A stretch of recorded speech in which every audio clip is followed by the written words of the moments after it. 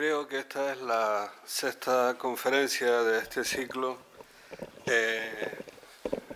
que se denomina desde hace 7 años sobre lo público y que este año lo hemos dedicado a la crisis de la Unión Europea o a las crisis de la Unión Europea y que sigue un ciclo, un conjunto de conferencias que va tocando distintos temas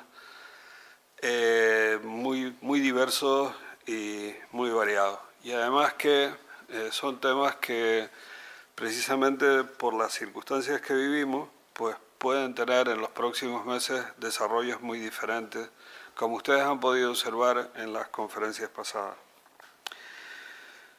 Bueno, pues tenemos hoy a un conferenciante muy esperado por nosotros, porque es nada más y nada menos que Carlos Portugués, que es miembro de la representación permanente española ante la Unión Europea y es la persona que lleva los temas de las regiones ultraperiféricas en esa representación en Bruselas. Por tanto, es una persona que por sus obligaciones profesionales está permanentemente al día de los asuntos de las regiones ultraperiféricas y dentro de ellas, por supuesto, sobre los asuntos de Canarias.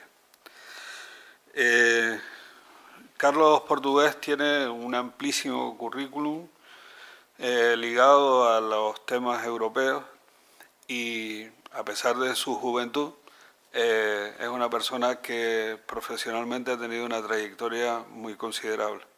Su trayectoria profesional empezó estudiando la licenciatura de Derecho en la Universidad de La Laguna y después cursó el máster de Asuntos Europeos en Brujas, en el Colegio Europa y posteriormente ha desempeñado distintas funciones en distintos momentos, tanto en la Comisión como en el Gobierno de Canarias. En un momento fue director general de Asuntos Europeos y a partir de ahí, y también, perdona, ¿director general fuiste? Sí. Director general.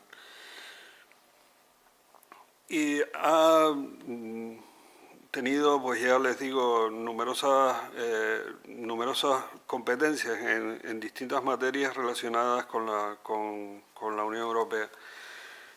Desde luego ha sido, como ustedes podrán comprender, pues un asiduo conferenciante en jornadas, en cursos. De hecho, está aquí en Canarias, entre otras cosas, para dictar una conferencia en un curso de expertos de la Administración Pública de Canarias.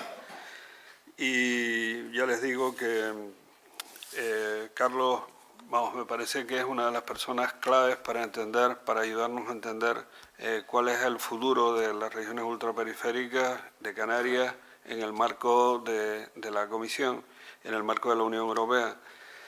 Estamos a las puertas de cambiar o de entender la integración o la forma de relación de Canarias en la Unión Europea a partir del año 2020 y esto se lo sabe estupendamente Carlos Portugués.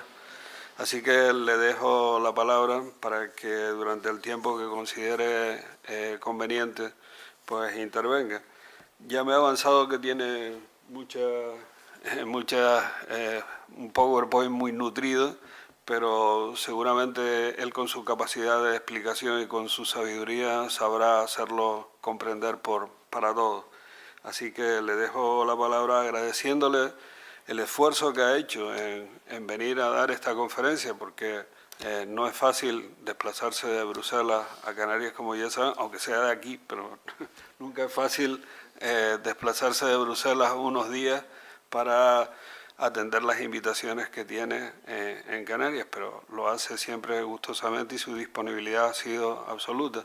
Aparte de eso, también quiero decirles que es una persona de una enorme cortesía y cariño que siempre está dispuesto a todos los que aparecemos por Bruselas o queremos aparecer por Bruselas para atendernos de una forma muy cariñosa y y cortés, lo cual siempre se agradece. Así que muchas gracias, don Carlos, y tiene usted la palabra. No voy a levantar.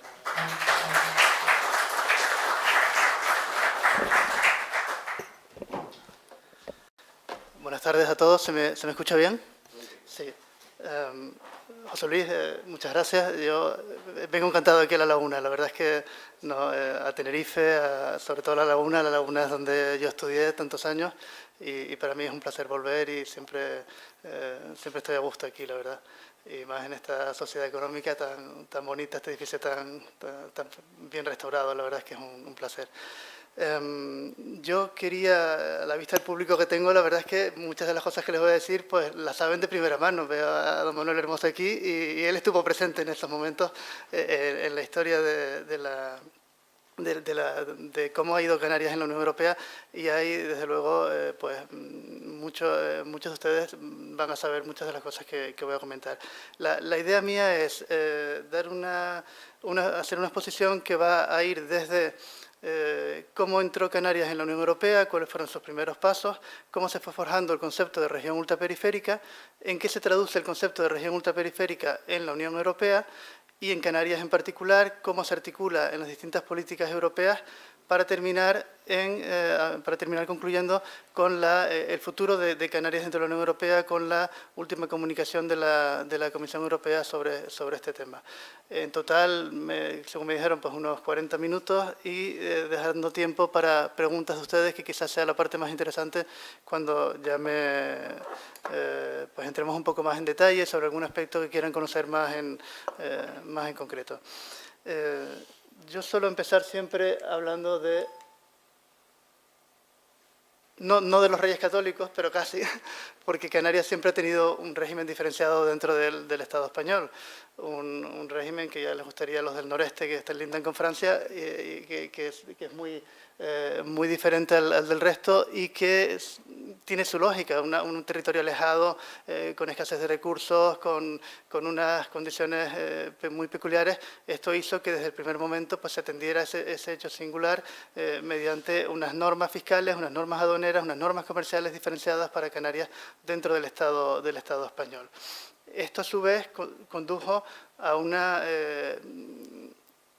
legislación diferenciada, a este régimen económico y fiscal del que tanto voy a hablar a lo largo de la exposición, y también a esa administración propia a través de los cabildos insulares, a toda esta diferenciación dentro del Estado español.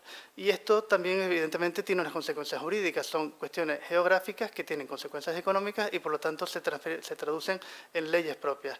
La ley de cabildos, el decreto de Puerto Franco, el reconocimiento del hecho insular ya en la Constitución española. Todo esto que ya todos los que vivimos aquí no sabemos, pero que es bueno recordarlo de vez en cuando, que esto es una larga historia de diferenciación de la Comunidad Autónoma de Canarias dentro del Estado español. Entonces, cuando nos encontramos con esto, ¿qué pasa cuando vamos a entrar en la Unión Europea? En aquel momento, en el 85, las negociaciones de adhesión a lo que entonces eran las comunidades europeas, pues se plantea cómo vamos a resolver esta diferenciación que existe dentro de España con el archipiélago canario. Y empiezan a haber muchísimas posturas en aquel momento, en los años 80, desde una integración completa, sin ningún problema, una integración completamente diferenciada, pues no aplicación de las políticas. Al final lo que resultó fue un protocolo al acta de adhesión, el protocolo número 2 al acta de adhesión de España y Portugal a las comunidades europeas, que establecía un régimen muy peculiar, que era un régimen que llamábamos en aquella época un régimen derogatorio. Realmente estábamos dentro de la Unión Europea, pero fuera de las principales políticas, fuera del núcleo de la Unión Europea. Por lo tanto, yo, para no confundirles, hablaré siempre de Unión Europea, aunque Unión Europea solo es a partir del Tratado de Maastricht, pero bueno, vamos a decir siempre Unión Europea para no estar cambiando cuándo era Comunidad Europea, cuándo era Comunidades, cuándo era Unión. En aquel momento, como les decía, se articuló un estatuto de adhesión que estaba recogido en el artículo 25 del acta de adhesión y que lo que decía era básicamente que las Islas Canarias estaban dentro de la Unión Europea, pero fuera de estas políticas que les digo, de la Unión Aduanera.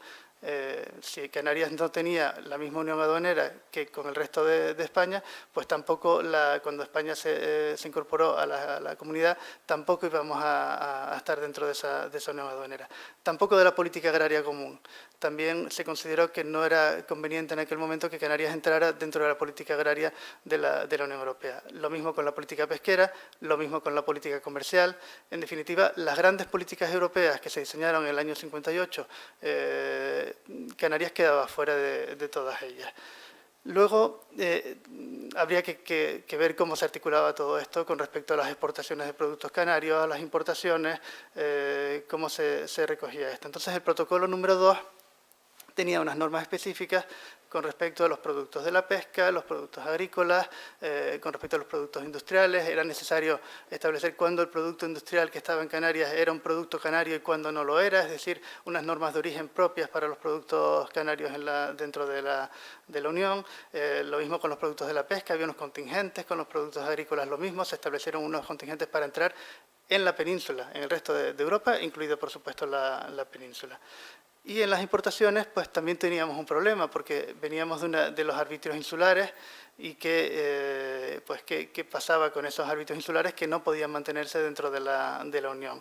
Pues entonces se suprime el arbitrio insular, se mantiene de alguna manera esa tarifa especial que había en Canarias del arbitrio general, que luego pasa a ser el arbitrio para la producción y las importaciones, el APIC o el APIM, y luego se convierte en el AIEM que tenemos ahora. En fin, hay una trayectoria de esa tarifa especial y no se aplicaba tampoco la política comercial común, de manera que en Canarias pues, podían seguir entrando productos de terceros países, sobre todo aquellos productos de bazar. ¿Se acuerdan de aquella época en la que venían todos los peninsulares a Canarias a comprar todos los productos de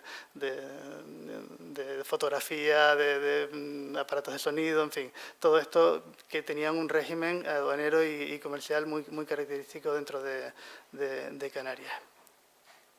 Pues, ¿qué ocurrió en esa época, desde el año 86 hasta el año 90? Empezaron a verse problemas con esta legislación que se había diseñado para Canarias en el protocolo número 2. Por un lado, el sector agrícola, el plátano fundamentalmente, que se quedaba fuera. El plátano tenía un régimen dentro de la Unión Europea que estaba compartimentado. Había, digamos que el plátano canario tenía prácticamente reservado el mercado peninsular. Tenía el plátano francés, que venía de los departamentos franceses de ultramar, tenía reservado el mercado francés. Inglaterra, el Reino Unido también tenía una serie de acuerdos. En fin, en un momento dado se quiso unificar todo el régimen con el mercado interior del comercio del plátano, y Canarias se iba a quedar fuera, porque al estar fuera de la política agraria pues no podía seguir manteniendo esa diferenciación. Luego también les decía que Canarias tenía, cuando los demás productos que no eran el plátano también, el tomate, el pepino, los bangos, todos los productos que Canarias pudiera exportar a Península estaban limitados por una serie de contingentes. Y la diferencia también en Canarias, sabemos que teníamos unos aranceles mucho más bajos con respecto a terceros países y con respecto a la Unión Europea, y la península tenía unos aranceles más altos. Pero cuando entra dentro de la Unión Europea, esos aranceles van cayendo, se van unificando a los europeos. De modo que el tomate de Murcia, de Almería, la producción hortofrutícola del sureste de España, que en aquel momento, que al principio no competía con Canarias, empieza a competir. Empieza a competir porque ya pasa a tener igualdad de precios, igualdad de aranceles, de condiciones de comercialización, y su producción desde luego era más barata que lo que se producía en Canarias y en otros países, con lo cual empezamos a tener un problema con la competencia de estos productos. Luego el sector pesquero también tiene problemas porque las capturas que hacían los barcos canarios en el Banco Canario Sahariano de la época, pues la política pesquera pasa a ser una competencia de la Unión Europea, con lo cual se firman acuerdos con Marruecos, con Mauritania, los barcos canarios quedan un poco desplazados, el caladero ya no tiene el mismo acceso, en fin, hay una serie de problemas también para el sector pesquero.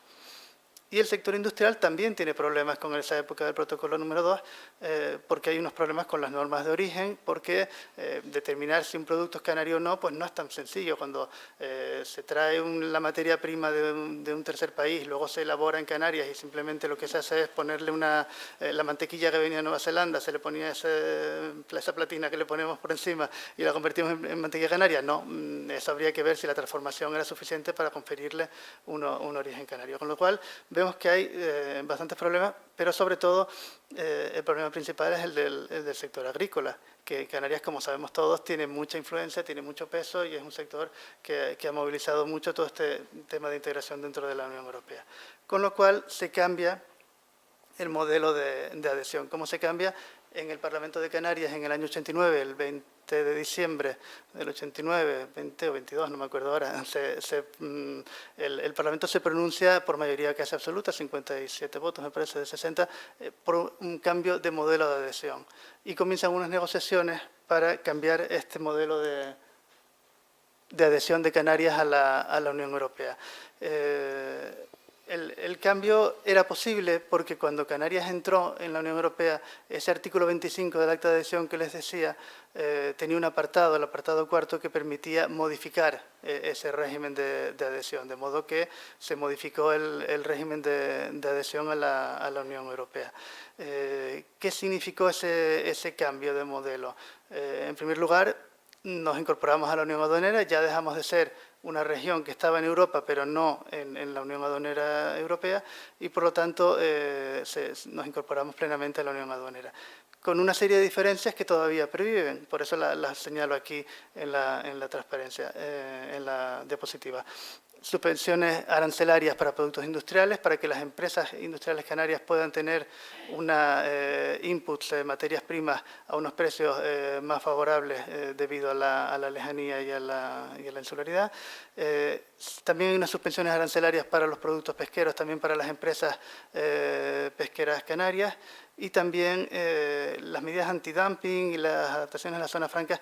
Medidas antidumping, la Unión Europea, lo explico un poquito, en ocasiones considera que una producción de un determinado país está siendo ayudada para entrar en la Unión Europea a un precio mucho más competitivo porque tiene una subvención en origen dentro de ese tercer país. La Unión Europea en ese caso inicia un procedimiento y lo que le pone es un arancel más alto a ese producto que viene de ese tercer país para que para que compita en igualdad de condiciones con el producto europeo. En un momento dado, en Canarias al principio estas medidas no se aplicaban, con lo cual podían seguir entrando esos productos más baratos. Eso seguía siendo favorable para el comercio de bazar que les decía y también para la industria canaria. Nos incorporamos también a la política agraria y pesquera. Lo que ocurre es que en la política agraria nos incorporamos de una manera muy diferenciada a través de un régimen que es el POSECAN. Después se lo explicaré con mucho más detalle. El POSECAN tiene una serie de medidas para la agricultura canaria y luego está el régimen específico de abastecimiento. Y en el sector pesquero también hay una compensación a los costes de comercialización de los productos, de modo que los pescadores canarios pueden, los productos que comercializan fuera de Canarias, recibir una subvención, una ayuda para estos productos que comercializan fuera.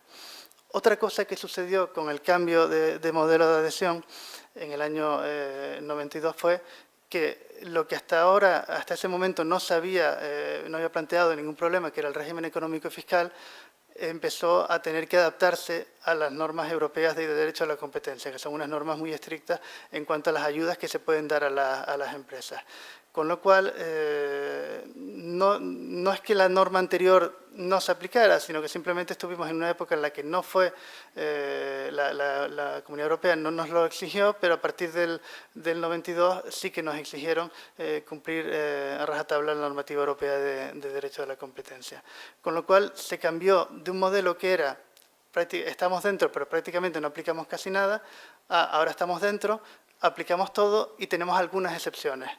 En resumen, el cambio de modelo fue tan grande que a partir de ese momento tenemos que luchar por esas excepciones que tenemos para seguir manteniéndolas y seguir consolidando ese régimen de excepción frente al régimen derogatorio que teníamos en la época anterior.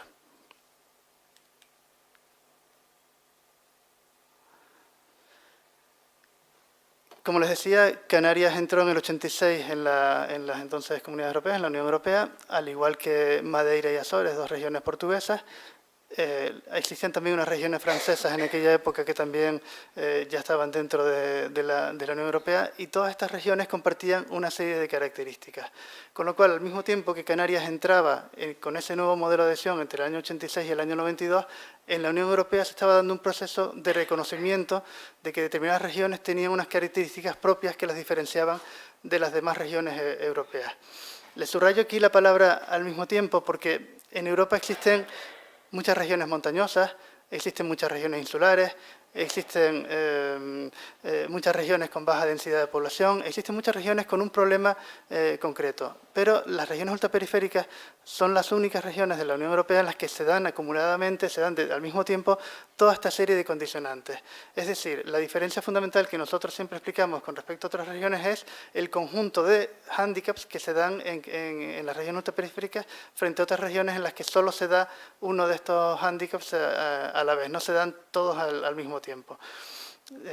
Se trata de condiciones geográficas y climáticas, como digo, que debilitan el proceso de desarrollo. Hay sobre todo unos costes de producción, hay unos costes de comercialización.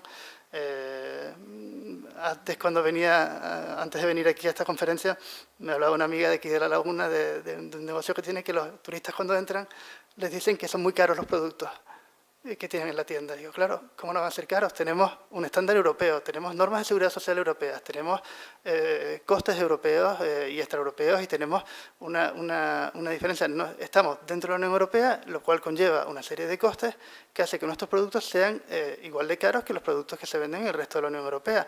Y sin embargo, competimos con productos de terceros países que no tienen esa serie de condicionantes, que no tienen que aplicar la normativa de seguridad social, no tienen que aplicar las normas medioambientales tan estrictas que aplicamos nosotros, y por lo tanto tienen un coste mucho más competitivo y mucho más barato. Por eso algunos turistas cuando vienen aquí se extrañan de que esto pues sea como es, pero esto es una región europea que está situada donde está situada y con unos costes de producción y unos costes de comercialización que están ahí y que lo que pretendemos con el régimen de región ultraperiférica es compensar esos sobrecostes.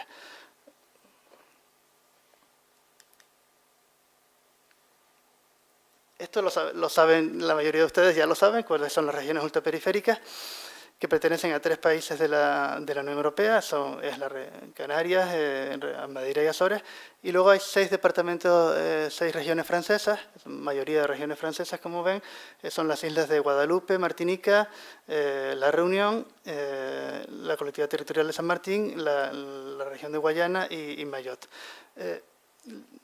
A pesar de que es una obviedad, yo la he puesto aquí porque en el año 86, cuando se incorporó Canarias con el resto de España a la Unión Europea, éramos 12 países dentro de la Unión Europea y por lo tanto 3 es una cuarta parte, era un 25%, era posible obtener determinados resultados. Cuando se incorporaron ya Finlandia, Suecia y Austria, ya pasamos a ser 15 y seguíamos siendo 3 países, con lo cual, bueno, todavía un 20%. Pero es que ahora somos 27, 28, dependiendo si contamos a Reino Unido o no. Pero quiere decir que 3 países, somos muy pocos países que tienen regiones ultraperiféricas dentro de la Unión Europea y, por lo tanto, no es tan sencillo seguir manteniendo este régimen excepcional que tenemos dentro de la Unión Europea debido a que pues, no tenemos ese peso. Afortunadamente tenemos a Francia, siempre yo lo digo, que gracias a que Francia es uno de los 4 grandes países dentro de la Unión Europea, pues el hecho de que esté en las regiones francesas pues nos ayuda mucho a conseguir determinados resultados. Pero es importante esta connotación de que somos pocos y hay mucho que trabajar y hay unos resultados que a veces cuesta obtenerlos. A mí me gusta ponerlo en un mapa, sobre todo para cuando hago este tipo de exposiciones a gente de la Unión Europea que no acaba de encajarnos bien, ¿no? No digo ya los peninsulares que nos ponen el cuadradito debajo de Baleares.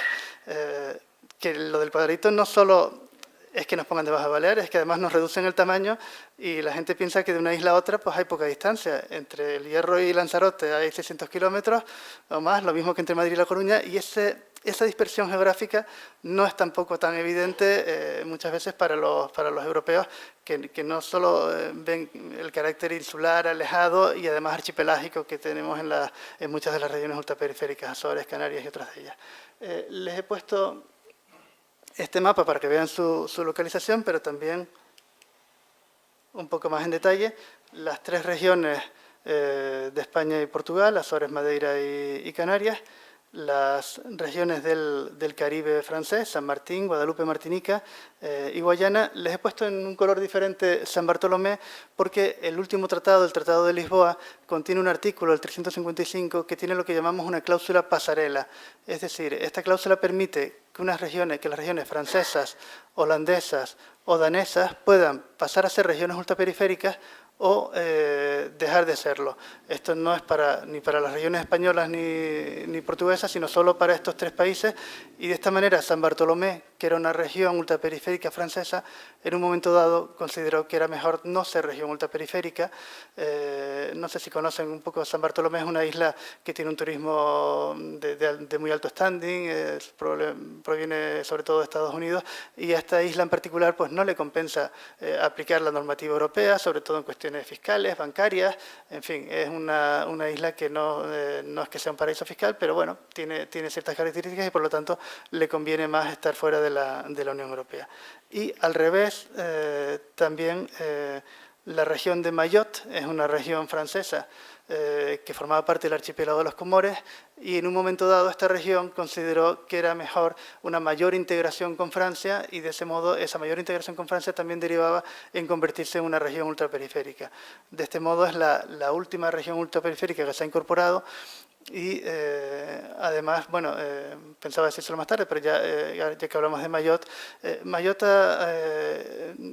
la inserción de Mayotte dentro del grupo de regiones ultraperiféricas ha sido objeto de un asunto ante el Tribunal de Justicia de la Unión Europea, que ha motivado la primera interpretación que se ha hecho del artículo dedicado a las regiones ultraperiféricas.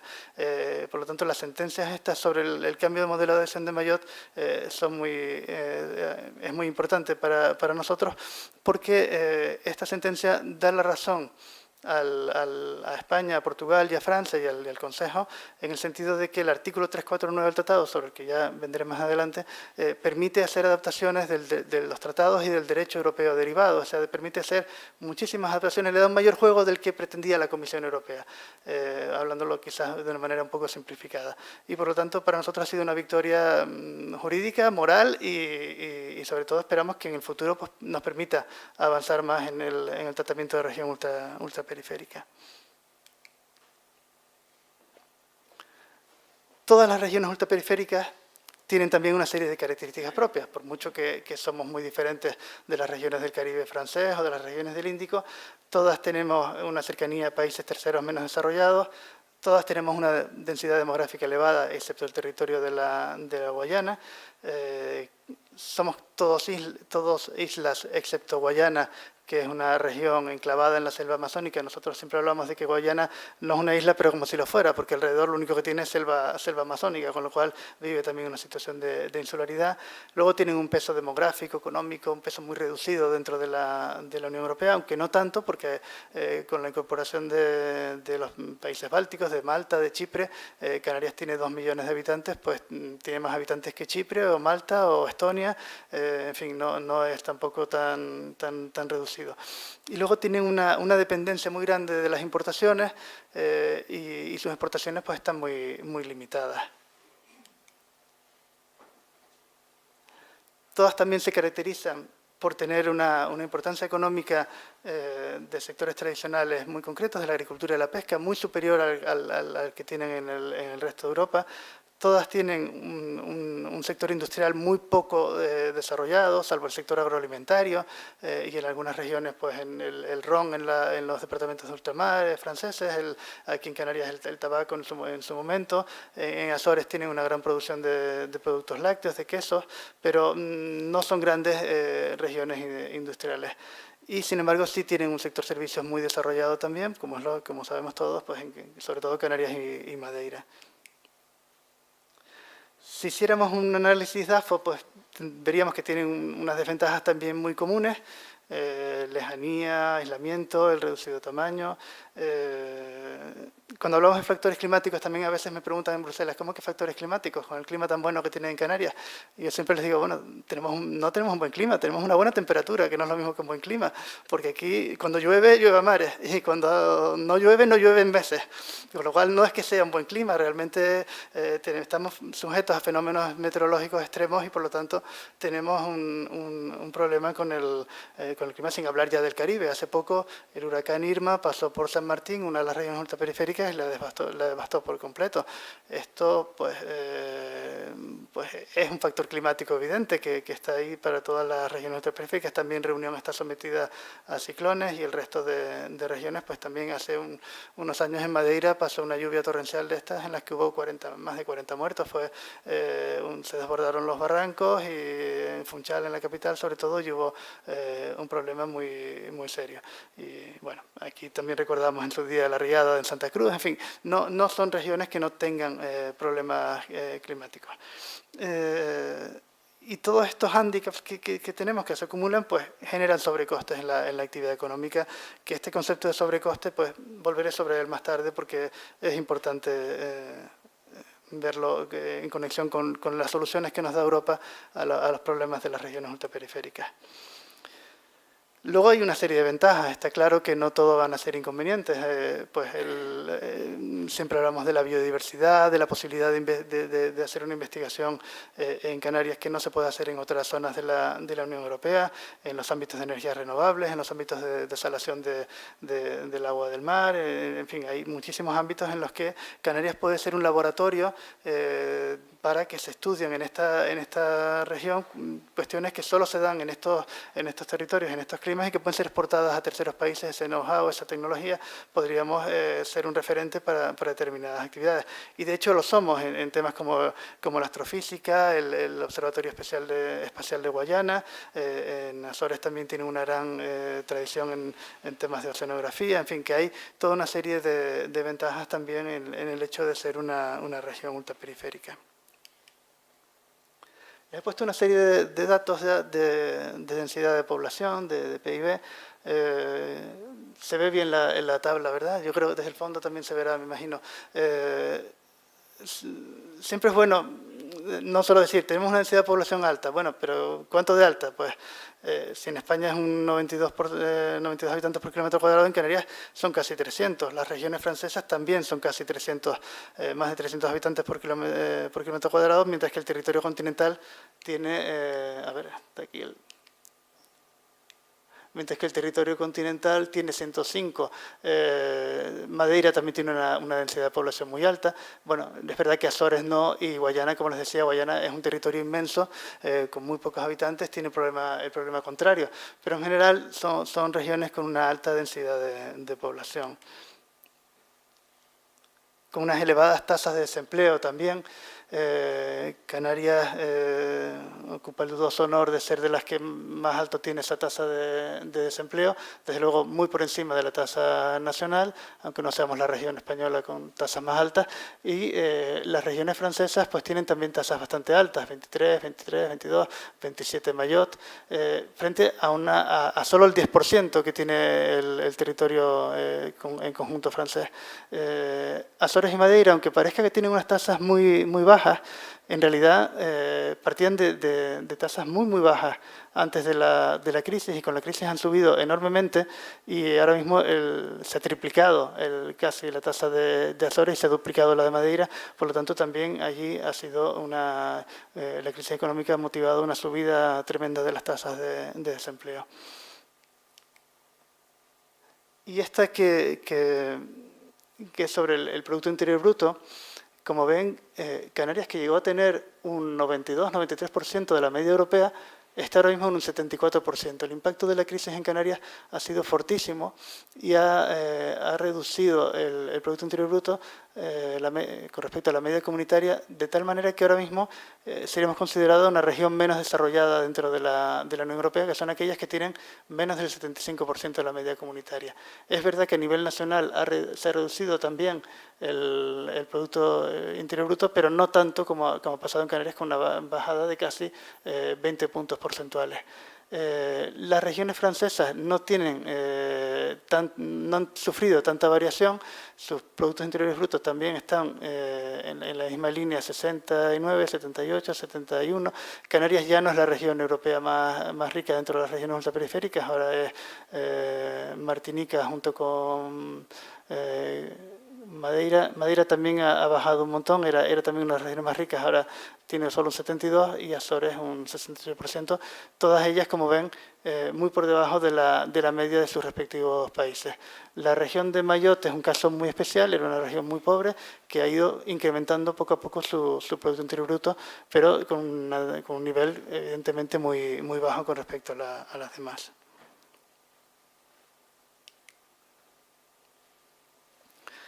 En resumen, el concepto de región ultraperiférica que se ha ido acuñando en la Unión Europea, yo lo defino en estas tres, lo resumo en estas tres transparencias que vienen a continuación.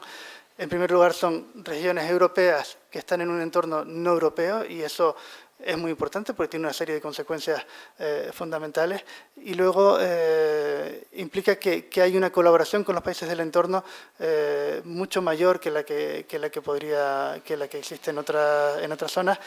Canarias tiene una cooperación con África, con Senegal, con Mauritania, con Cabo Verde muy importante. En el Caribe también hay una cooperación intensa dentro de las regiones ultraperiféricas y los compañeros de la isla de la Reunión nos cuentan a veces que ellos con quien comercian es con Sudáfrica, porque les resulta mucho más cómodo comerciar con Sudáfrica que ir hasta el territorio continental francés. En fin, hay una dinámica en estas áreas de influencia de las regiones ultraperiféricas diferente a la de otras regiones europeas. Resumiendo, como les decía, esa combinación de características territoriales permanentes, la lejanía del continente europeo, la insularidad o el carácter archipelágico en muchas de ellas, el relieve y el clima adverso y la pequeña dimensión, todo esto está recogido en el tratado. Ahora pasaremos a ver cómo se recoge esto jurídicamente. Y esto tiene estos condicionantes geográficos, pues determinan unos condicionantes económicos de carácter estructural, una dependencia tremenda del exterior, una estrechez de los mercados. Aquí no hay grandes empresas, muy pocas, no hay unas economías de escala que permitan abaratar los costes de una manera significativa como ocurre en el resto del continente europeo y por lo tanto pues al final hay toda una serie de dificultades asociadas a todo esto. ¿Cómo se ha traducido esto en la normativa europea, en la regulación europea? Perdón un momento.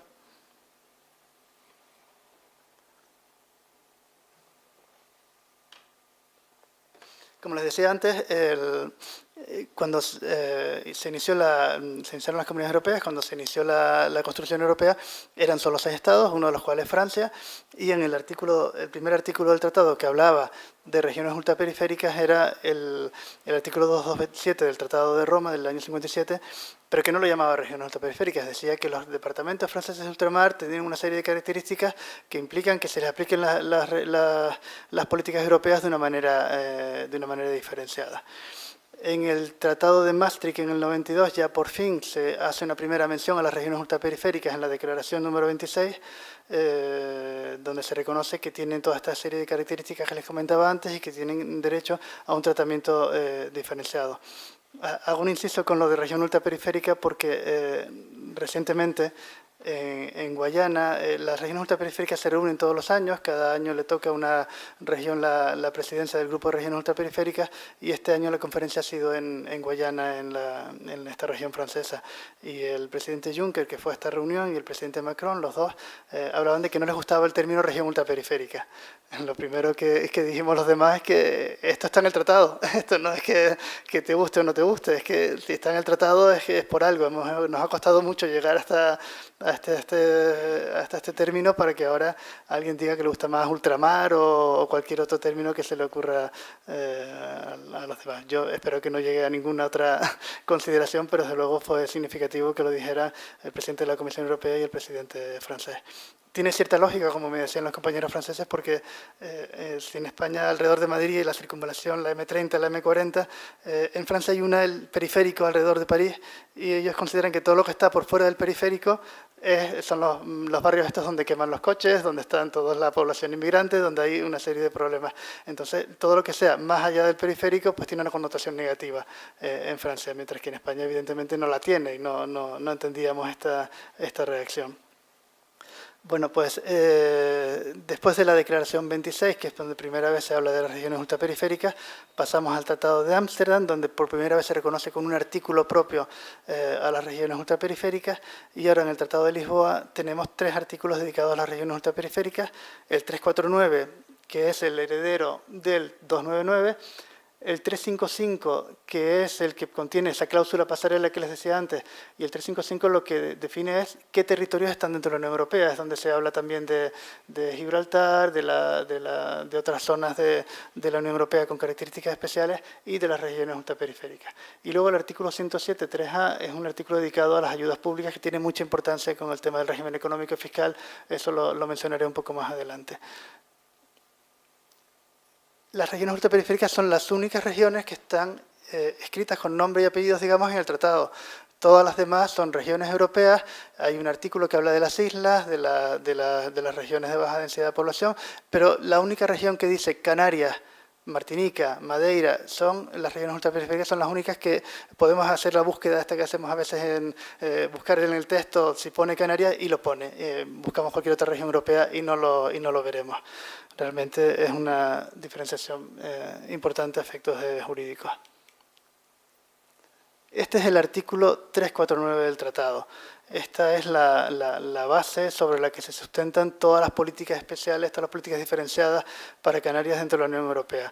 Es verdad que poner un artículo de un tratado en una transparencia, en una conferencia es un poco duro, un poco fuerte, pero es que es importantísimo. Sin este artículo no podríamos tener todas las especialidades que tenemos. Y yo, para ayudarles, he subrayado unas cuantas cosas y me gustaría verlas con ustedes. En primer lugar, he subrayado las características, lo que les decía antes, la lejanía, la insularidad, el relieve, la dependencia económica, todo esto que se los estaba contando está escrito en el artículo 349 del tratado. Luego dice que son factores con persistencia y combinación, es decir, no es uno solo, son todos a la vez y todos se acumulan para producir una serie de consecuencias negativas porque perjudican gravemente el desarrollo. Luego se establece cuál es el procedimiento de adopción de actos. El Consejo, a propuesta de la Comisión y previa consulta del Parlamento, adoptará medidas específicas. Aquí es donde el juicio, el asunto que se debatió en el Tribunal de Justicia con la incorporación de Mayotte, la Comisión decía que como el artículo habla de fijar las condiciones para la aplicación del tratado, que se estaba hablando solo del tratado. Y nosotros decíamos que tratado en la Unión Europea se habla de tratado para referirse no solo al tratado, sino a todo el derecho que emana de las instituciones europeas. Por lo tanto, es todos los reglamentos, las directivas, absolutamente todo puede ser modificado en base a este artículo. Cuando dice aquí en particular es porque es a modo de ejemplo. Quiere decir que no porque una política no esté incluida aquí no se pueden aplicar condiciones específicas, sino que estas son las más importantes, las políticas que la Unión Europea considera más importantes para adoptar medidas específicas dentro de la Unión Europea. Yo a veces cuando hablo también de estos temas suelo mencionar que se hizo una foto fija en el año 93 sobre cuáles eran las políticas importantes y que ahora es muy difícil conseguir una especialidad, una política un poco más novedosa como investigación y desarrollo o una política de sanidad o una política de otro tipo, mientras que en política fiscal, aduanera, comercial o agrícola-pesquera, que son las iniciales de la Unión Europea, era mucho más sencillo conseguir excepciones. Pero el hecho de que no esté aquí no quiere decir que no se puedan conseguir. Y luego hay una cláusula de cierre que es una garantía que establece la Comisión, que es que hay que tener en cuenta no solo las características de las regiones ultraperiféricas, sino sin poner en peligro el ordenamiento jurídico comunitario. Es decir, no por ser región ultraperiférica vamos a dejar de aplicar la normativa de consumo o la normativa de educación que pueda haber o cualquier otra normativa que realmente sea importante, o no vamos a poner en peligro el ordenamiento a decir que aquí en Canarias no se aplican los aranceles o no se aplica cualquier otra cosa que se deba aplicar en esta región. Aquí se lo resumo de nuevo los elementos clave de este artículo. El procedimiento también es curioso porque dentro de la Unión Europea el procedimiento más habitual no es este procedimiento tan sencillo que tenemos en el artículo 349. Lo normal es que tras una propuesta de la Comisión, la propuesta va al Parlamento Europeo y al Consejo de la Unión Europea.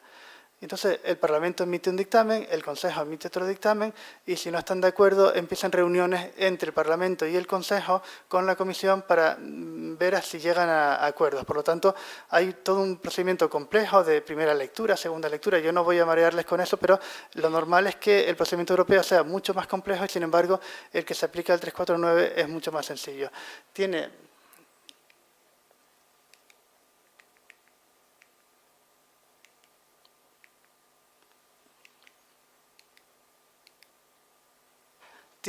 una serie de ventajas, como es esta sencillez, y tiene alguna pequeña inconveniencia para algunos, que es que no pasa por el Parlamento Europeo, sino con un dictamen. El Parlamento Europeo solo puede decir sí o no. Ni siquiera puede decir no, solo puede decir sí realmente en la práctica, porque es previa consulta al Parlamento Europeo. Por lo tanto, en el Parlamento Europeo, que se cambian muchas normas, pues las normas que tienen su base jurídica en el 349, ahí no se cambian. No hay muchísimas normas basadas en el 349, son sobre todo normas fiscales, normas agrícolas, normas, pues, por ejemplo, en Canarias el arbitrio insular a la entrada de mercancías, el AYEM, las suspensiones arancelarias que les decía antes, incluso el POSEI, el régimen agrario, no tiene base jurídica única en el 349, sino también la política agraria, y por lo tanto no hay tantas normas que tienen esta base. En cualquier caso, cuando pasa por el Consejo, pasa por un grupo de trabajo específico del Consejo, que es el de regiones ultraperiféricas, que es donde voy yo, pues, cuando se debaten asuntos de este tipo, el consejero que va por parte de España, pues es el consejero de regiones ultraperiféricas. Y, bueno, les paso a seguir detallando ya en la tercera parte de la ponencia, en qué se traduce en la práctica dentro de la Unión Europea todo este entramado de medidas específicas para Canarias. Una de las más importantes es el POSEICAN, que ese acrónimo tan feo. Saben que en la Unión Europea todos son acrónimos, es imposible encontrar unas palabras enteras. Es el programa de opciones específicas por el alejamiento de la insularidad. Se lo he puesto así de esta manera porque está en francés originalmente, y entonces la E venía del Oignemont, del alejamiento en francés, y estos programas POSEICAN son el germen de la ultraperiferia. ¿Por qué? Porque el primero de ellos se adoptó en el año 89, fue el Poseidón. Fue un régimen específico para los departamentos franceses de ultramar. A partir de ahí, con el cambio de modelo de adhesión de Canarias dentro de la Unión Europea, se adoptaron también el POSEICAN y el POSEIMA. Aunque ahora mismo son regímenes únicamente agrarios, en su día la decisión que estableció el POSEICAN, la decisión del año 91, incluía muchas más cuestiones. Incluía también cuestiones fitosanitarias, incluía cuestiones arancelarias, incluía cuestiones relacionadas con el tabaco, incluía muchas otras cuestiones que ahora mismo pues tienen una normativa diferenciada, pero que en principio se establecieron en este POSEICAN. Yo un poco más en detalle dentro del POSEICAN, que comprende las medidas del POSEICAN, pues básicamente son dos grandes apartados: el apartado de medidas para la agricultura y el régimen específico de abastecimiento. Dentro del régimen de medidas para la agricultura hay dos grandes separaciones: la agricultura dirigida a la exportación y la del mercado interior. Y dentro de la exportación pues tienen medidas tan buenas como los contratos de campaña, que son ayudas a los agricultores canarios cuando hacen un contrato de comercialización con importadores británicos o alemanes o franceses. Les permite una ayuda por campaña, de modo que tienen toda la campaña garantizada de producción y eso pues es un porcentaje de ese coste se le subvenciona. Y luego al mercado interior yo tampoco voy a entrar en detalle, pero prácticamente todo lo que se produce en Canarias pues está subvencionado por el POSECAM, porque en Canarias no se aplica realmente la PAC como se aplica en las otras regiones europeas, lo que se aplica es el POSECAM. Ayudas para el viñedo, ayudas para la papa. La última novedad son las ayudas para el olivo y el aloe vera, que es para la campaña 2018. A partir de la campaña próxima vamos a empezar a tener ayudas para la producción de olivo y de aloe vera. Productos agrícolas y productos ganaderos, por supuesto. En el sector vacuno, primas por nacimiento vacuno, por sacrificio, por importación, en fin, todo lo que ven aquí, no voy a repetir todo lo que está en la pantalla. Lo que sí es importante es que la idea del POSECAM es que Canarias pase, como todas las regiones ultraperiféricas, a ser más autosuficientes. Es importante que en unas regiones como las nuestras, alejadas y con una economía tan compleja, pues es importante que la Unión Europea ayude a que seamos cada vez menos dependientes del exterior y seamos más autosuficientes en temas agroalimentarios. Y por lo tanto, a veces nos choca un poco determinadas ayudas que nos parecen un poco excesivas porque pues, el tema de la ganadería en Canarias, no vamos a convertirnos en Irlanda, no vamos a tener nunca prados verdes donde pastar, donde los animales pasten libremente, pero necesitamos tener una autosuficiencia, necesitamos ser lo suficientemente autosuficientes para que en un momento dado en que haya una crisis económica, en que el transporte sea complejo, pues siga habiendo una economía en Canarias que sea diferenciada, que siga habiendo agricultura, que siga habiendo agroindustria y que siga habiendo y que pueda haber servicios, pero todos los sectores son importantes y algunos son estratégicamente importantes, por lo tanto, más allá de su aportación al Producto Interior Bruto. Muchas de estas ayudas a los productos ganaderos en realidad son ayudas a la industria agroalimentaria. Cuando hay ayudas para el consumo de productos lácteos elaborados con leche de cabra y oveja, pues al final lo que son ayudas a las industrias lácteas canarias que reciben esta subvención de la Unión Europea. Además de todas estas medidas para los productos agrícolas y ganaderos, tenemos el régimen específico de abastecimiento. El régimen específico de abastecimiento se caracteriza por es un mecanismo que no existe sino en las regiones ultraperiféricas. De hecho, el de Canarias es el más completo de todos, el que tiene más variedad de productos. Tiene una lista limitada de productos que pueden venir o de la Unión Europea con una ayuda europea o de un tercer país sin pagar aranceles. Y esta ayuda se debe trasladar al consumidor para que los productos que se consumen en Canarias pues sean menos caros de lo que podrían ser si no tuvieran esta ayuda. No van a tener nunca el precio que pueden tener en otras regiones europeas, pero desde luego con un nivel de competencia adecuado en Canarias, porque cualquier empresa puede incluirse en el régimen de abastecimiento y traer estos productos, pues todo esto hace que los precios sean menos altos de lo que podrían ser. El objetivo no es que sean iguales, porque no habría dinero suficiente para que fueran iguales en Canarias que lo que son en otras zonas, pero sí que hay un objetivo básico que es el de reducir la lista de la compra, el precio de la lista de la compra. Aquí les pongo los productos que tenemos dentro del régimen de abastecimiento, que son prácticamente todos los que componen la lista de la compra, y hay un peso que ha ido aumentando cada vez más del sector ganadero. Hay cereales para el ganado, pues ha ido aumentando su proporción dentro del balance del régimen de abastecimiento, y otros productos han ido disminuyendo, sobre todo porque lo que se intenta también es mantener una coherencia entre lo que se ayuda por la parte agrícola y lo que se ayuda a través del régimen de abastecimiento. Voy a pasar por todas las políticas europeas donde hay una diferenciación mayor. No va a ser excesivamente largo, pero sí voy a ir, la más gorda era la agricultura, ahora entraremos en las demás, pues no sé, 5 o 10 minutos más y termino la charla. En el ámbito pesquero también tenemos unas ayudas a la comercialización que nos ha permitido aumentar la acuicultura en Canarias, nos ha permitido tener unas ayudas para todas estas especies que hay en acuicultura en Canarias, son unas ayudas importantes, 8.700.000 euros al año. También, como les decía, hay una suspensión de derechos arancelarios, de modo que los filetes de pescado congelado entran en Canarias también con exención de aranceles. Eso permite que las productoras, las industrias, las pesqueras establecidas en las Islas Canarias pues también tengan esa posibilidad de tener inputs más baratos, y hay otras medidas un poco más medioambientales. Hay una medida sobre conservación de arrecifes de aguas profundas.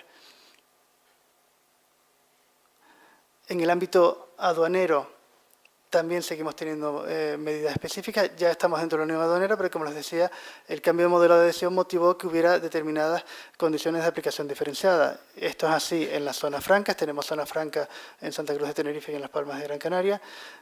Tenemos el arancel aduanero, que también está suspendido para determinados productos, y la última modificación estableció esta medida hasta el 2021.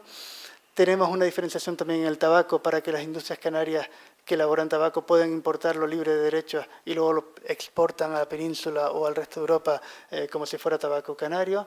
Tenemos el arbitrio, la importación y la entrada de mercancías, que está también aprobado hasta el 2020. En política comercial común no hay muchas diferencias, pero sí que hay una con respecto a determinados contingentes de productos textiles chinos. En fin, hay medidas específicas en distintos ámbitos.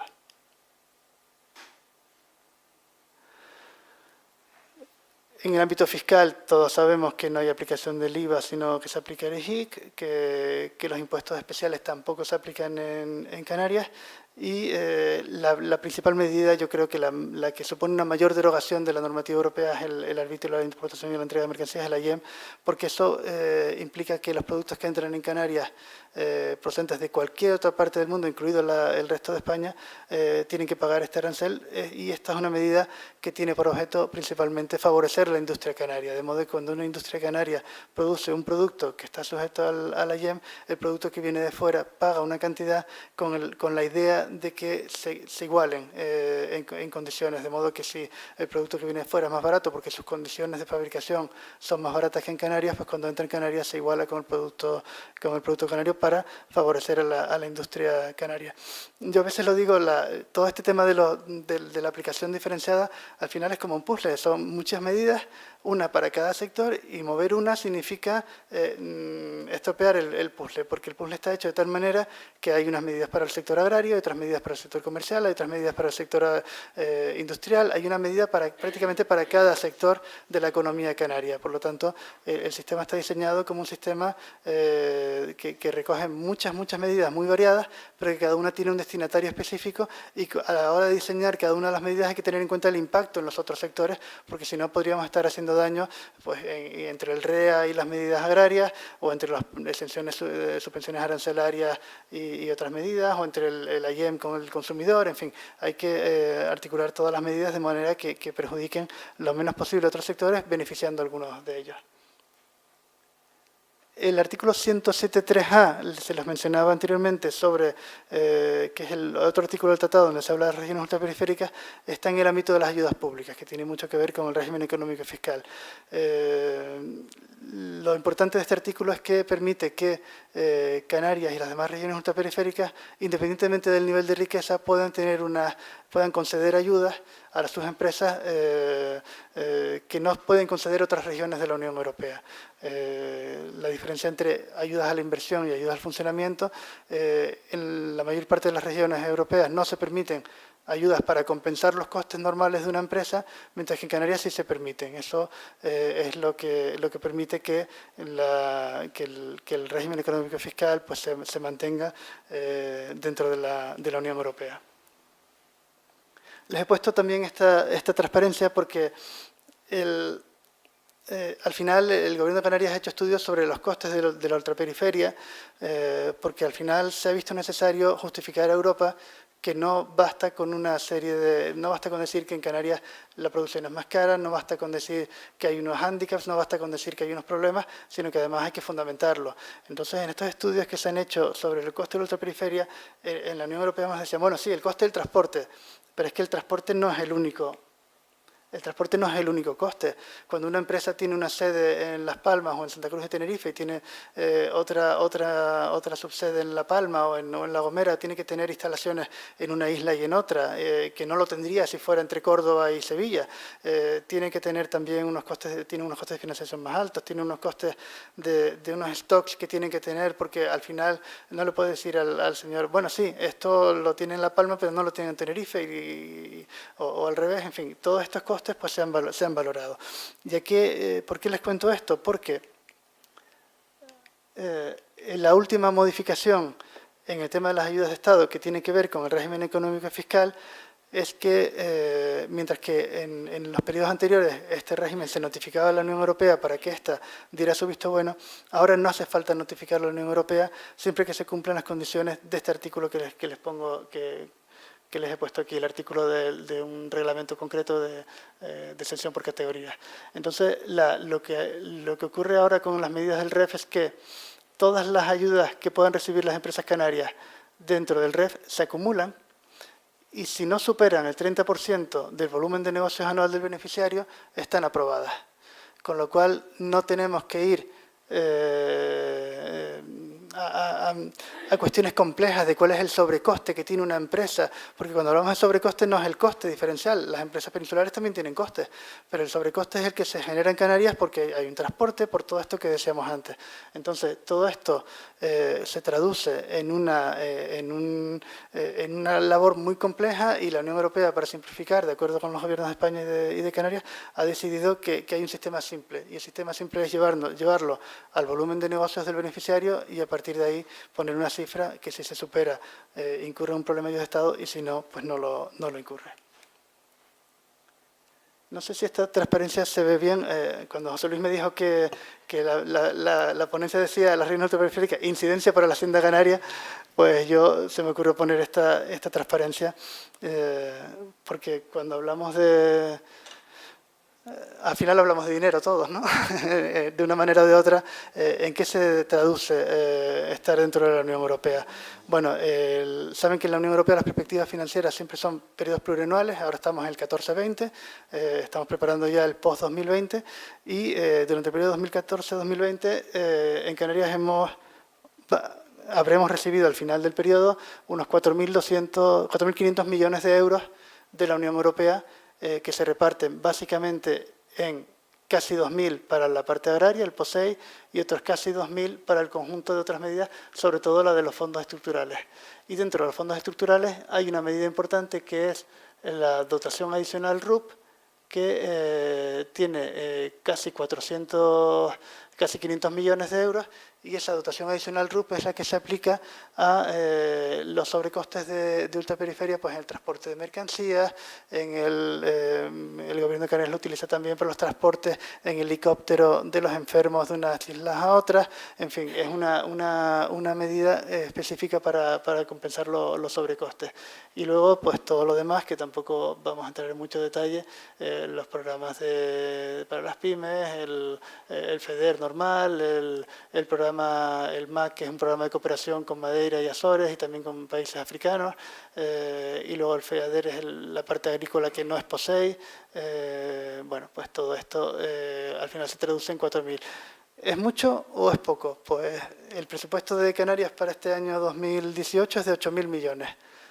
Para el año 2018 estamos hablando de 4.500, o sea, la mitad del presupuesto de un año de la Comunidad Europea, y esto se reparte en 7 años.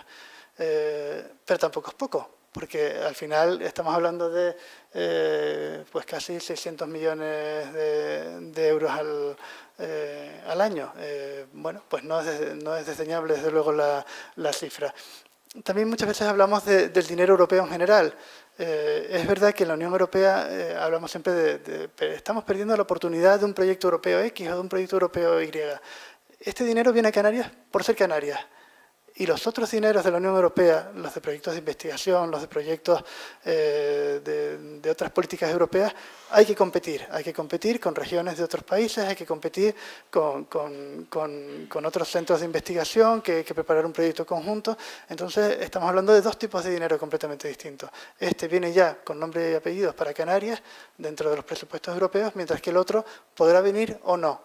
Por lo cual es muy importante que este dinero venga como viene, no que cada vez haya más dinero del otro y menos de este. Esa es una lucha que tenemos ahora, de que siga habiendo una política estructural fuerte, que siga habiendo una política agrícola fuerte, en fin. Termino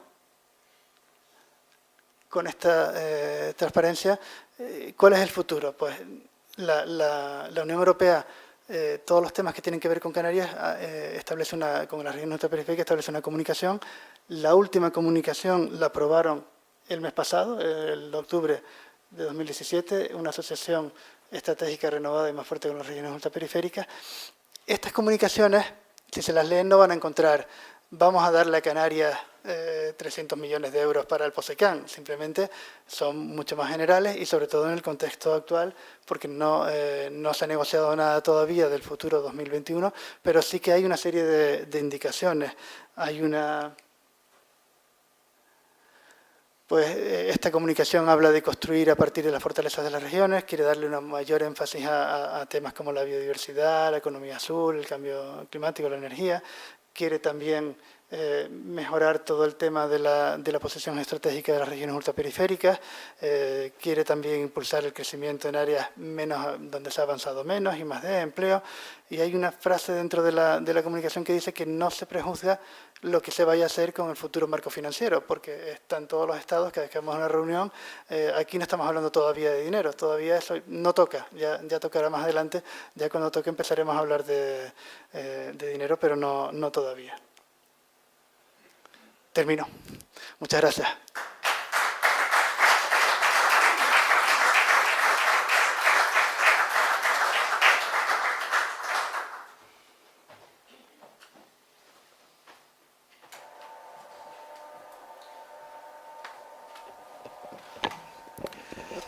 Muchas gracias, Carlos, por su conferencia.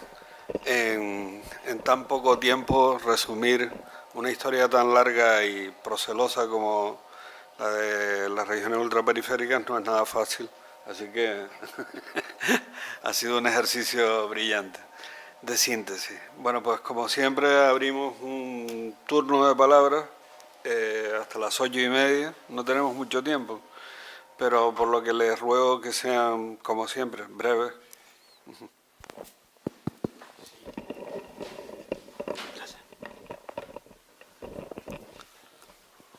Visto lo visto, a mí se me ocurre, porque ahora surge, he visto, o me ha parecido comprender, que los parámetros dentro de las RUP, dentro de las distintas, tienen que ser equivalentes o iguales, los parámetros que se usan para considerarse RUP en las zonas correspondientes. Y entonces, en concepto de esa percepción que tengo, se me ocurre preguntar, la propuesta que se está haciendo ahora por parte del Cabildo de Tenerife respecto a considerar el asunto del Brexit, que se tenga una condición especial, que se condicione como RUP para mantener la situación actual de movimiento de personas y tal. Y digo yo si eso será factible o dentro del marco general de la RUP eso tiene serias dificultades. Lo primero es que yo he oído esto, pero oficialmente nunca se nos ha dado traslado a la Administración General del Estado. Por lo tanto, yo sé que esto no ha salido de Tenerife todavía. Igual ha llegado a Las Palmas, pero no ha salido hacia la península, vamos. Esa es la primera cuestión. La segunda, yo quizás no me gusta ser tan directo, pero yo creo que en el 89 el Parlamento cambió nuestras libertades comerciales y aduaneras por una manilla de plátanos. Y aunque parezca un poco fuerte decirlo de esa manera, se decidió cambiar de modelo de adhesión. Por eso a veces me gusta explicarlo todo, toda la historia. El tener una política diferenciada con respecto a la Unión Europea en materia del Brexit quiere decir un acuerdo, o sea, que se aplique con el Reino Unido una política comercial diferente y una política de ciudadanos también diferente. El tema es muy complejo porque significa que Canarias, vamos, que se nos aplique el tratamiento de Irlanda del Norte, poco menos. Y eso con un régimen, con un modelo de adhesión que estamos dentro y que estamos dentro desde hace 20 años y que no hemos tenido ninguna consideración especial. ¿Y por qué? Porque en su día lo tuvimos. Quizás el que en su día lo tuviéramos no es suficiente. Eso es lo que quiero decir. Que la podemos negociar ahora, lo veo muy complejo, muy complicado.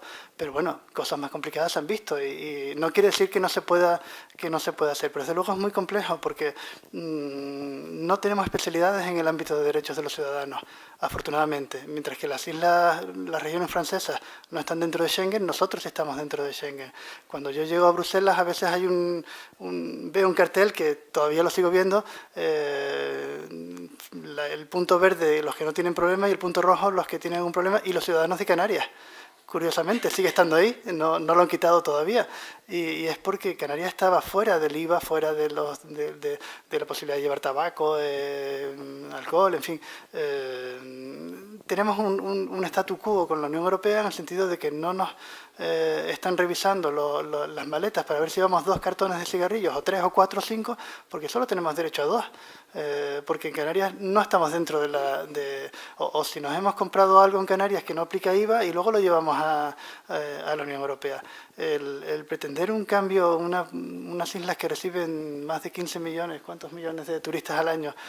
Muchos de ellos británicos, yo lo veo muy complejo, pero bueno, si nos llega el encargo, habrá que hacerlo.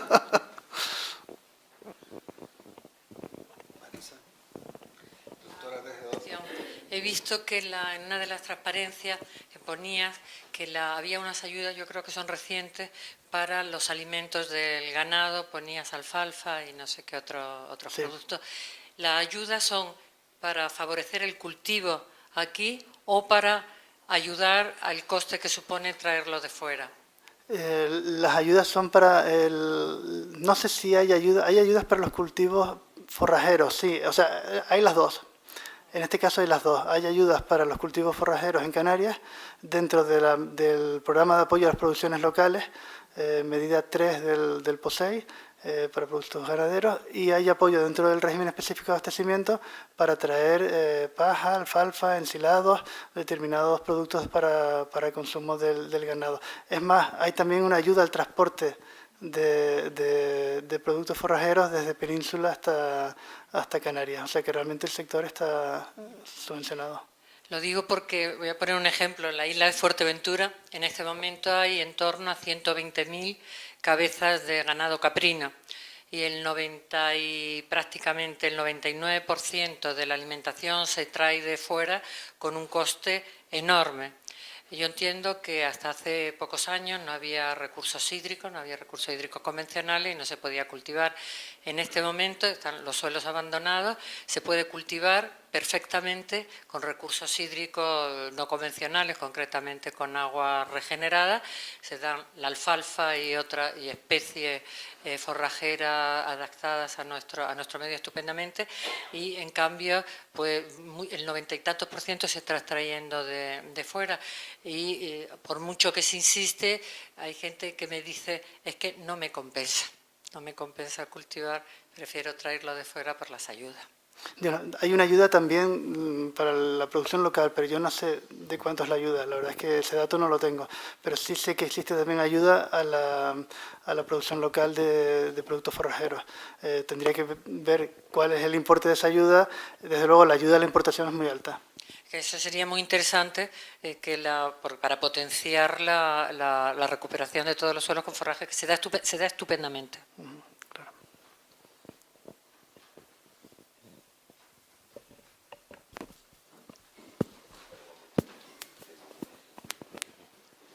Gracias por la exposición tan maravillosa. Cuando uno ve una danza tan grande de millones, piensa uno, ¿quién ordena todo eso? Si es la banca, si son los economistas, porque yo veo, por ejemplo, de las pocas cosas que producimos todavía aquí, el plátano está que languidece hasta por gusto. Soy de la isla de La Palma, donde todavía se produce un poco algo de plátano. Pero ¿qué es lo que ocurre?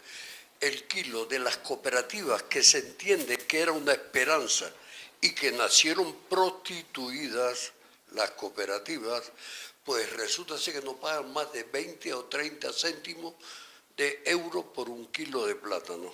Mientras en mercados de aquí locales se paga €1,79 y no sé cuánto pagarán por arriba en la península, ¿ya? Ahora, cuando uno ve todo esto, la cuestión mismo de las papas, por ejemplo, ¿qué subvenciones hay de las papas cuando que no se siembran?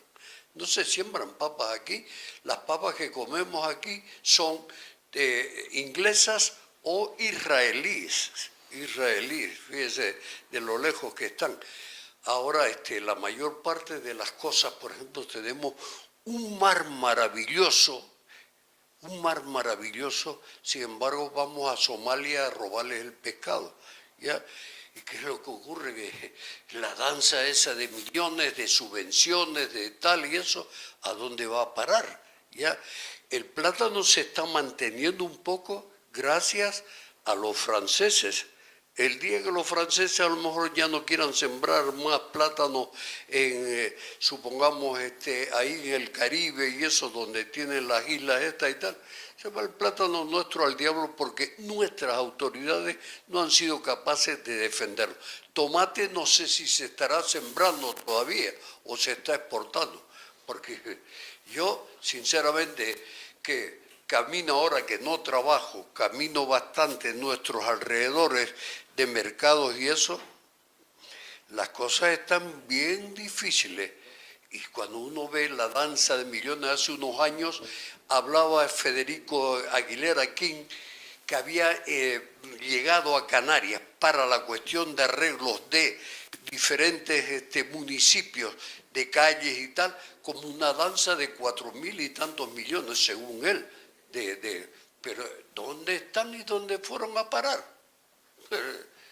Porque modificaciones pocas han visto. Lo mío es una reflexión y no se preocupe por ello. Gracias. Bueno, la verdad es que me pone en un compromiso porque le puedo decir lo que pienso o lo que debería pensar o lo que políticamente es correcto decir.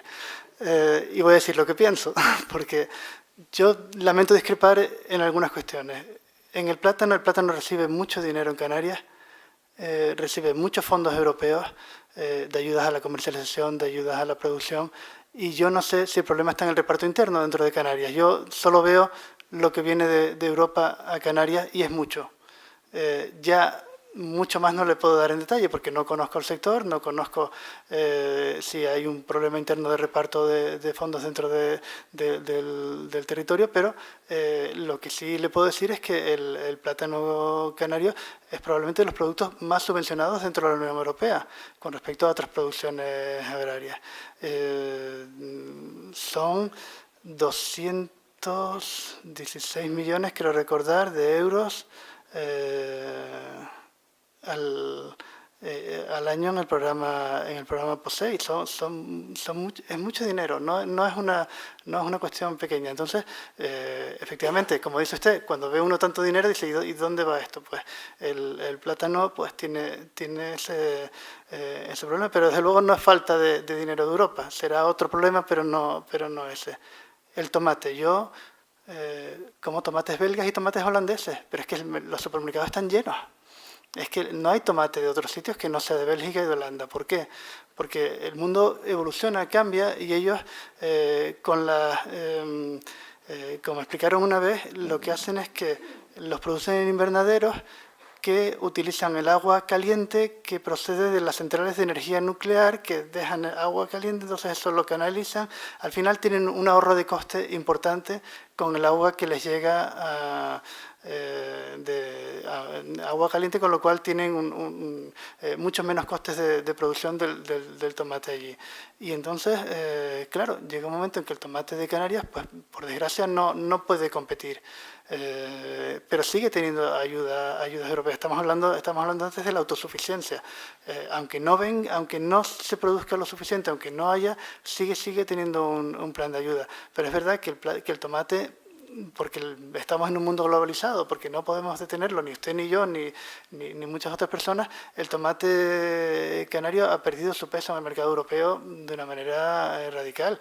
Ya no tiene la importancia que tuvo, y ahora ya ni siquiera el tomate del sur de España. Es que, ya le digo, ¿quién iba a pensar que en Bélgica iba a haber tomates, pero para abastecer todos los mercados? Y los hay, porque han cambiado los métodos de cultivo. Con lo cual, es verdad que la agricultura canaria pues va perdiendo competitividad en algunas cosas, y luego pues hay apuestas nuevas. Ahora se apuesta pues por el aloe vera, se apuesta por el olivo, se apuesta por otras producciones. No sé yo a largo plazo cómo evolucionarán, pero desde luego lo que sí hay es una flexibilidad enorme, porque la Unión Europea, al contrario de lo que yo pensaba, cuando me dijeron que íbamos a dar ayudas para el olivo en Canarias, yo pensaba que nos iban a decir que no, y nos dicen, bueno, si ustedes consideran que debe haber una ayuda al olivo, pues se las damos. Ya veremos luego cuánto aceite producen, a qué precio y cómo se hace. Pero bueno, a veces el tema no es tan sencillo. Desde luego, yo estoy de acuerdo con usted en que no es sencillo, en que no es un tema de fácil arreglo, pero que pues tiene que competir por un lado la autosuficiencia alimentaria, y por otro lado pues lo que es competitivo y lo que no. Una última pregunta cabe. No hay. Bueno, los ha dejado.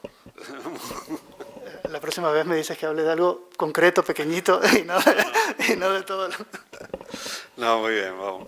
El objetivo era precisamente hacer una reflexión general sobre las regiones ultraperiféricas y particularmente Canarias en este momento. Y yo creo que ese objetivo es más que cumplido. Así que muchas gracias, Carlos, por tu disposición y por la conferencia en sí misma. Anuncio. El día 15 tenemos aquí a una persona que es la historia viva de la economía en Canarias, que es don José Sabater Fons, que ha participado en gran parte de las negociaciones históricas sobre el régimen económico fiscal de Canarias en el año 72 y después, y es una persona que conoce desde hace muchos años muy bien las empresas canarias y que ha participado tiene una gran experiencia porque ha participado en numerosos sectores y en numerosas empresas. Y vamos a tener la oportunidad. No se prodiga mucho últimamente, así que ha hecho una sesión con la Real Sociedad y creo que vale la pena que lo digamos con atención. El día 16, al día siguiente, tendremos a Rodolfo Espino Romero, profesor de la Universidad de Las Palmas, que viene a contarnos cuál es el diferencial fiscal de Canarias y la península. Con todos los impuestos incluidos. Esta mañana lo estuvimos viendo y ya lo tiene preparado y calculado por primera vez después de 14 años. Entonces sabremos cuál es ese diferencial a día de hoy. Y el día 20 continuará con este ciclo el profesor Manuel Álvarez de la Rosa sobre la política social europea. Bueno, pues eso es lo que hay respecto de estos ciclos, además de otras actividades de la Real Sociedad Económica de Amigos del País de Tenerife. Sobre estos ciclos tenemos esas actividades en los próximos días. Muchas gracias.